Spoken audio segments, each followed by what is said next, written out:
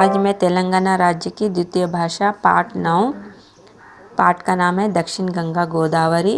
इसके लेखक है काका कालेलकर। ये पाठ लेकर आई हूँ मैं। तो आज हम इस पाठ का अध्ययन करेंगे। दक्षिण गंगा गोदावरी। इस पाठ में लेखक ने गोदावरी नदी के प्राकृतिक सौंदर्य का वर्णन किया है। काका कालेलकर के द्वारा इसमें गोदावरी नदी के प्राकृतिक सौंदर्य का वर्णन हुआ है। तो आज हम इसके बारे में समझेंगे। तो सबसे पहले हम लेखक परिचय जान लेंगे। काका कालेलकर का पूरा नाम दत्तात्रेय बालकृष्ण कालेलकर है। उनका जन्म सन 1885 में और मृत्यु सन 1991 में हुई। इन्होंने आजीवन गांधीवादी विचारधारा का पालन किया। इन्होंने हिंदुस्तानी प्रजा सभा वर्धा के माध्यम से हिंदी की खूब सेवा की। वे राज्यसभा के सदस्य भी रह चुके हैं। तो इनका पूरा नाम, काका कालेलकर का पूरा नाम दत्तात्रेय बालकृष्ण कालेलकर है। तो इनका जन्म 1885 में हुआ है और निधन 1991 में हुआ है। आजीवन गांधीवादी विचारधारा का पालन, यानी जीवन भर इन्होंने गांधी जी का जो विचार, जो सोच थी, उन्हीं का ही इन्होंने पालन किया है। इन्होंने हिंदुस्तानी प्रजा सभा और वर्धा के द्वारा और हिंदुस्तानी प्रजा सभा के द्वारा इन्होंने हिंदी की बहुत ही सेवा की है। और इसी के साथ ही वे राज्यसभा के सदस्य भी रह चुके हैं। तो किसके सदस्य रह चुके? राज्यसभा के। ठीक है। तो हम आगे बढ़ते हैं अब विषय प्रवेश में। गोदावरी नदी धीर, गंभीर माता और पूर्वजों की अधिष्ठात्री देवी मानी जाती है। इसके जल में अमोघ शक्ति है। इसके तट पर अनेक शूरवीरों, तत्वज्ञानियों, साधु संतों, राजनीतिज्ञों और ईश्वर भक्तों ने जन्म लिया है। ऐसी पावन और पवित्र गोदावरी नदी के प्राकृतिक सौंदर्य का जो वर्णन काका कालेलकर के द्वारा हुआ है, चलिए इसके बारे में हम जानेंगे। तो विषय प्रवेश में क्या दिया गया है? गोदावरी नदी धीर, गंभीर माता और पूर्वजों की अधिष्ठात्री देवी मानी जाती है। तो हमारी गोदावरी नदी कैसी है? धीर और शांति की माता है। और जो हमारे पूर्वज थे उनकी कुल देवी भी मानी जाती है। तो गोदावरी नदी के पानी में अमोघ शक्ति है। तो एक अद्भुत अचूक शक्ति है इस पानी में। इसके तट पर अनेक शूरवीरों, तत्वज्ञानियों, साधु संतों, राजनीतिज्ञों और ईश्वर भक्तों ने जन्म लिया है। तो इस नदी के किनारे शूरवीर और तत्वज्ञानियों, यानी जिन्हें बहुत सारा ज्ञान प्राप्त हुआ है, ऐसे लोग। शूरवीर यानी जो शक्तिशाली है, बलिष्ठ है, वैसे लोग। और साधु संत, जो भगवान की भक्ति करने वाले संत लोग हैं। राजनीतिज्ञ यानी पॉलिटिक्स में, तो राजनीतिज्ञ यानी जो पॉलिटिक्स करने में, राजनीतिक करने में बहुत ही धुरंधर है। और ईश्वर भक्त यानी ईश्वर के भक्त, जो ऐसे मनुष्य जो ईश्वर की भक्ति करते हैं। तो इस तरह के लोगों ने इस नदी के किनारे जन्म लिया है। तो ऐसी पावन और पवित्र गोदावरी नदी के प्राकृतिक सौंदर्य का वर्णन जो काका कालेलकर के द्वारा हुआ है। तो इस प्रकार गोदावरी नदी बहुत ही पवित्र और पावन है। तो इस नदी का वर्णन किसके द्वारा हुआ है? काका कालेलकर के द्वारा गोदावरी नदी के प्राकृतिक सौंदर्य का वर्णन हुआ है। तो हम इसके बारे में जानेंगे। चलिए इसके बारे में हम जानेंगे। ठीक है। चेन्नई से राजमहेंद्री जाते हुए बेजवाड़ी से आगे सूर्योदय हुआ। बरसात के दिन थे, इसलिए पूछना ही क्या, जहाँ तहाँ विविध छटा वाली हरियाली फैल रही थी। तो चेन्नई से राजमहेंद्री जाते हुए बेजवाड़े के आगे क्या हुआ? सूर्योदय यानी सूर्य का उदय हुआ। तो बरसात यानी वर्षा ऋतु चल रही थी उस समय। तो इसलिए पूछना ही क्या, तो बरसात के दिन चल रहे थे। तो ऐसे समय वातावरण का पूछना ही क्या, जहाँ तहाँ विविध छटा वाली हरियाली फैल रही थी। तो बरसात के दिन होने के कारण जहाँ तहाँ क्या फैली हुई थी? हरे भरे पेड़ पौधे, हरापन इसकी सुंदरता चारों ओर दिखाई दे रही थी। पूर्व की तरफ एक नहर रेल पटरी के किनारे किनारे बह रही थी, पर किनारा ऊंचा होने के कारण पानी हमें कभी कभी ही दिख पड़ता। सिर्फ तितली की तरह अपने अपने पाल कतार में खड़ी हुई नौकाओं पर ही हमें नहर का अनुमान करना पड़ता था। बीच बीच में छोटे छोटे तालाब भी मिलते। इनमें रंग बिरंगे बादलों वाला आसमान नहाने के लिए उतरा हुआ दिखाई पड़ता और इससे पानी की गहराई और भी अथाह हो जाती। कहीं कहीं चंचल कमलों के बीच खामोश खड़े हुए बगुलों को देखकर सवेरे की ठंडी ठंडी हवा का अभिनंदन करने को मन मचल पड़ता। इस तरह कविता प्रवाह में बहकर जाते हुए कोवेरू स्टेशन आ गया। मन में यह उमंग भरी थी कि अब यहाँ से गोदावरी मैया के भी दर्शन होने लगेंगे। तो पूर्व की तरफ एक क्या था, नहर, जो रेल पटरी के किनारे किनारे बह रही थी। तो वो नहर जैसे रेल पटरी जा रही थी उसके किनारे किनारे बह रही थी, पर किनारा ऊंचा होने के कारण, तो किनारा ऊंचा होने के कारण क्या होने लगा, हमें कभी कभी दिख पड़ता। तो कभी कभी दिख पड़ता था, बीच बीच में दिखाई नहीं देता था। तो सिर्फ तितली की तरह अपने अपने पाल कतार में खड़ी हुई नौकाओं पर ही हमें नहर का अनुमान करना पड़ता था। तो किनारे पर क्या खड़े थे, नौकाएं। तो उस नौकाएं में पाल रखे हुए थे, तो उसी के द्वारा उस नहर का अनुमान करना पड़ा। बीच बीच में छोटे छोटे तालाब भी मिलते, तो बीच बीच में जाते समय छोटे छोटे तालाब भी दिखाई दे रहे थे। तो इसमें रंग बिरंगे बादलों वाला आसमान नहाने के लिए उतरा हुआ दिखाई पड़ता। तो उस तालाबों में क्या दिखाई पड़ रहा था, रंग बिरंगे बादलों वाला आसमान कैसे दिखाई दे रहा था, जैसे कि वो नहाने के लिए उतरा हुआ है, ऐसे दिखाई दे रहा था। तो इससे पानी की गहराई और भी अथाह हो जाती। तो इस तरह से पानी की गहराई, जो गाढ़ापन है, वह क्या होने लगा, और भी अधिक गहरा दिखाई देने लगा। अथाह यानी और भी अधिक गहरा दिखाई देना। कहीं कहीं चंचल कमलों के बीच में खामोश खड़े हुए बगुलों को देखकर सवेरे की ठंडी ठंडी हवा का अभिनंदन करने को मन मचल पड़ता। तो कहीं कहीं यानी चंचल कमल, तो कमल खिले हुए थे उसमें तालाबों में, और बीच बीच में क्या खड़े हुए थे, बगुले यानी बग खड़े हुए दिखाई दे रहे थे। तो ऐसा दृश्य देखकर ठंडी ठंडी हवा का अभिनंदन करने को मन मचल पड़ा। तो ठंडी ठंडी हवा का जो अभिनंदन करने के लिए मन क्या होने लगा, मचल रहा था। तो इस तरह कविता का प्रवाह में बह कर जाते हुए कोवेरू स्टेशन आ गया। तो इस तरह से कविता के प्रवाह में बहते बहते क्या हो गया, कौन सा स्टेशन आ गया, कोवूरू स्टेशन आया। मन में यह उमंग भरी थी कि अब यहाँ से गोदावरी मैया के भी दर्शन होने लगेंगे। तो मन में यह एक प्रकार का उत्साह था कि अब यहाँ से हमें गोदावरी मैया के दर्शन करने के लिए मिलेगा। पुल पर से गुजरते समय दाएं देखे या बाएं, हम उसी उधेड़ बुन में थे। पुल आ गया और भागमती गोदावरी का अत्यंत विशाल पाट दिखाई पड़ा। मैंने गंगा, सिंधु, सोनभद्र, ऐरावती जैसी महानदियों के विशाल प्रवाह भरकर देखे हैं। बेजवाड़े में कृष्णा माता के दर्शन पर मैं गर्व करता रहूँगा, लेकिन राजमहेंद्र के आगे गोदावरी की शान शौकत कुछ निराली ही है। तो पुल पर से गुजरते समय क्या हो रहा था, दाएं देखे या बाएं, तो राइट साइड या लेफ्ट साइड देखें, तो इसी उधेड़ बुन में थे, इसी कल्पना में थे।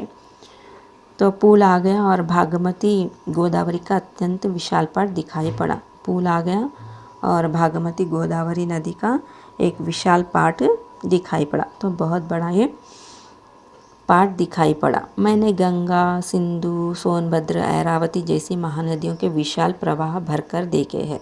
तो लेखक ने क्या देखे थे, गंगा, सिंधु, सोनभद्र, ऐरावती, तो ऐसे बड़ी बड़ी नदियों के जो विशाल प्रवाह होता है तो उसे देखे हैं।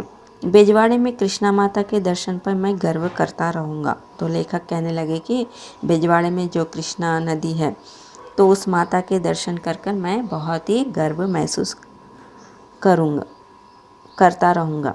लेकिन राजमहेंद्र के आगे गोदावरी की शान शौकत कुछ निराली ही है। तो जैसे ही राजमहेंद्र के आगे गोदावरी नदी देखा तो उसकी शान और शौकत कैसी थी? अद्वितीय, निराली थी। ठीक है। तो इस जगह पर मैंने जितने भव्य काव्य या प्रकृति के ठाट बाट का अनुभव किया उतना शायद ही कहीं दूसरी जगह किया हो। तो कवि लेखक आगे कहने लगे कि इस जगह पर मैंने जितने भी भव्य काव्य का या प्रकृति के ठाट बाट का अनुभव किया, तो बड़े बड़े काव्य और प्रकृति की जो ठाट बाट है उसका जो अनुभव एक्सपीरियंस इन्होंने किया है तो उतना शायद कहीं दूसरी जगह नहीं किया। तो उतना शायद कहीं दूसरी जगह इन्होंने नहीं किया लेखक ने। पश्चिम की तरफ नज़र फैलाई तो दूर दूर तक पहाड़ियों की श्रेणियाँ नज़र आई। तो पश्चिम की तरफ जैसे ही इन्होंने अपनी नज़र दृष्टि डाली तो दूर दूर क्या दिखाई देने लगे? पहाड़ियाँ, यानी कहीं पहाड़ दिखाई देने लगे। आसमान में बादल घिरे रहने से सूरज की धूप का कहीं नामो निशान तक न था। तो आसमान में बादल छाए हुए थे, इस कारण सूरज की जो धूप है वह पता नहीं लग पा रहा था, नामो निशान तक न था। बादलों का रंग सांवला होने के कारण गोदावरी के धूली दूषित मटमैली जल की छाई और भी गहरा हो रही थी। तो बादलों का रंग सांवला होने के कारण गोदावरी की धूली दूषित मटमैली जल यानी धूली से आच्छादित मटमैला जल की छाई यानी छाया और भी गहरी हो रही थी। तो जो जल है वो और भी गहरा दिखाई दे रहा था। ऊपर की और नीचे की छाई के कारण इस सारे दृश्य पर वैदिक प्रवाह की शीतल और स्निग्ध सुंदरता छाई हुई थी। तो ऊपर की ओर और नीचे की छाया, यह सारा दृश्य वैदिक प्रवाह की शीतल और स्निग्ध सुंदरता छाई हुई थी, यानी ठंडा और चमकता हुआ सुंदरता दिखाई दे रहा था। और पहाड़ी पर कुछ उतरे हुए धौले धौले बादल तो बिल्कुल ऋषि मुनियों जैसे लगते थे। तो पहाड़ों पर उतरे हुए क्या दिखाई दे रहे थे? धौले धौले बादलों तो बिल्कुल ऋषि मुनियों जैसे ही लगते थे। धौले धौले यानी सफ़ेद सफ़ेद बादल जो किस तरह से दिखाई दे रहे थे? बिल्कुल ऋषि मुनि के जैसे ही दिखाई दे रहे थे। इस सारे दृश्य का वर्णन कैसे किया जा सकता? यह इतना सारा पानी कहाँ से आता होगा? तो लेखक के मन में क्या प्रश्न आए कि इस सारे दृश्य का वर्णन कैसे किया जा सकता है और इतना सारा पानी कहाँ से आता होगा? आगे, विपत्तियों में से विजय सहित पार हुआ राष्ट्र जिस तरह वैभव की नई नई छटाएं दिखलाता है। तो कई मुसीबतों का सामना करने के बाद में हमें विजय हासिल हुआ था अपने देश को। तो विजय सहित पार हुआ राष्ट्र देश जिस तरह वैभव की नई नई छटाएं दिखलाता है। तो जिस तरह से हमारा देश नई नई शोभाएं दिखलाता है और चारों तरफ अपनी समृद्धि फैलाता जाता है, तो चारों तरफ अपने देश का नाम फैल रहा है। तो उसी तरह गोदावरी का अखंड प्रवाह पहाड़ों में से निकलकर अपने गौरव को साथ में लिए हुए आता दिखाई पड़ता है। तो जिस तरह से हमारा देश ने विजय हासिल किया है और अपनी शोभाएं दिखलाता है और उसी के साथ चारों तरफ अपनी समृद्धि को फैला रहा है, तो ठीक उसी तरह गोदावरी का अखंड प्रवाह क्या हो रहा है? पहाड़ों से निकलकर अपने गौरव के साथ आता हुआ दिखाई पड़ता है। तो छोटे बड़े जहाज़ तो नदी के बच्चे हैं। तो नदी पर क्या होते हैं? जहाज़, छोटे बड़े। तो ये क्या है? नदी के बच्चे माने जाते हैं। जो माता के स्वभाव से परिचित होने के कारण उसकी गोद में मन माना नाचे, खेले, उछले और कूदे, तो उन्हें इससे रोकने वाला कौन? तो ये जो छोटे बड़े जहाज हैं वो क्या है? नदी के बच्चे हैं। तो माता के स्वभाव से वह परिचित हैं। तो उन्हीं के गोद में क्या करते हैं? ये मनमाना नाचते हैं, खेलते हैं, कूदते हैं। तो इन्हें रोकने वाला कौन है। लेकिन बच्चों की उपमा तो इन नावों की अपेक्षा प्रवाह में जहाँ तहाँ पड़ते हुए भंवरों को देनी चाहिए। लेकिन बच्चों की उपमा निर्देशन तो इन नावों की अपेक्षा प्रवाह में जहाँ तहाँ पड़े हुए भंवरों को देनी चाहिए। तो नावों की अपेक्षा किसे देनी चाहिए? इस प्रवाह में, जल के प्रवाह में जहाँ तहाँ क्या पड़े हुए हैं? भंवर पड़े हुए हैं, यानी बाड़ों। तो इनको देनी चाहिए। कुछ देर दिख पड़ते हैं तो कुछ ही देर में भयानक तूफान का सॉन्ग रचा और एक ही पल में खिलखिलाकर हंस पड़े। तो ये क्या करते हैं? कुछ देर दिख पड़ते हैं और थोड़ी ही देर में क्या करते हैं? एक भयानक तूफान का अभिनय करते हैं। अभिनय रचाकर एक ही पल में क्या करते हैं? फिर से खिलखिलाकर हंस पड़ते हैं। तो एक ही पल में, कुछ देर में एक भयानक तूफान की तरह अभिनय करते हैं तो कुछ ही देर में क्या करते हैं? ये लोग खिलखिलाकर हंस पड़ते हैं। तो ये भंवर न जाने कहाँ से आते हैं और कहाँ चले जाते हैं। तो ये जो भंवर है, तो ये कहाँ से आते हैं, कहाँ चले जाते हैं, इसका कोई पता नहीं। आगे, नदी का किनारा यानी मनुष्य की कृतज्ञता का अखंड उत्सव। किनारे पर के सफ़ेद महल और मंदिर और उनके ऊंचे ऊंचे शिखर ही एक अखंड उपासना है। तो नदी का किनारा यानी गोदावरी नदी की जो किनारा है, यानी मनुष्य की कृतज्ञता का अखंड उत्सव। तो मनुष्य क्या करते हैं? आभार प्रकट करते हैं, यानी त्योहारों के समय, शुभ अवसरों पर नदी में आकर मनुष्य क्या करता है? डुबकी लगाता है। तो इस तरह एक उत्सव की तरह किनारे पर के सफ़ेद महल, तो नदी के किनारे क्या होते हैं? सफ़ेद महल होते हैं, मंदिर होते हैं। तो मंदिरों के ऊपर ऊंचे ऊंचे शिखर होते हैं। एक अखंड उपासना, तो बिना टूटा हुआ एक भक्ति। परंतु इतने ही से काव्य संपूर्ण नहीं हो जाता।